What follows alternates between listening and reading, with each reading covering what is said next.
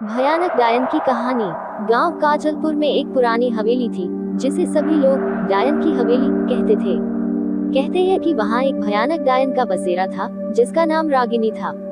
रागिनी की मौत बहुत ही दर्दनाक तरीके से हुई थी, जिसके बाद उसकी आत्मा ने इस हवेली को अपना निवास बना लिया। कई साल पहले की बात है, जब रागिनी गांव की सबसे सुंदर और दयालु लड़की थी।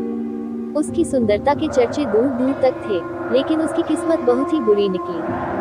एक दिन गांव के जमींदार के बेटे ने रागिनी को अपनी हवस का शिकार बना लिया। अपमान और दर्द से तड़पती रागिनी ने खुद को उसी हवेली में फांसी लगा ली। उसकी आत्मा ने बदले की आग में जलकर इस हवेली को श्रापित कर दिया। रात होते ही हवेली से अजीब अजीब आवाजें आने लगी। लोग बताते हैं कि उन्होंने रागिनी की चीखें सुनी, उसकी परछाई देखी और कभी कभी तो उसके कंकाल को घूमते हुए भी देखा। गांव वालों ने डर के मारे उस हवेली के पास जाना ही बंद कर दिया। एक दिन गांव में एक नया परिवार आकर बसा। वे इस हवेली की कहानियों पर विश्वास नहीं करते थे। उन्होंने हवेली को ठीक करने और वहां रहने का फैसला किया। परिवार के मुखिया मोहन ने कहा, ये सब अंधविश्वास है, ऐसी कोई डायन नहीं होती।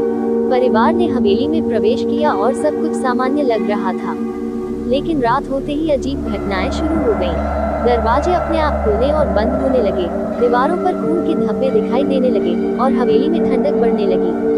परिवार ने सोचा कि यह सब उनकी कल्पना का हिस्सा है, लेकिन असल में ये रागिनी की आत्मा थी जो उन्हें चेतावनी दे रही थी। एक रात मोहन की बेटी पूजा अचानक गायब हो गई।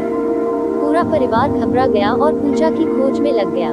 उन्हें हवेली के तहखाने से पूजा की चीखें सुनाई दी। जब वे तहखाने पहुंचे तो वहां का दृश्य बेहद भयावह था। रागिनी की आत्मा पूजा को घसीटते हुए ले जा रही थी।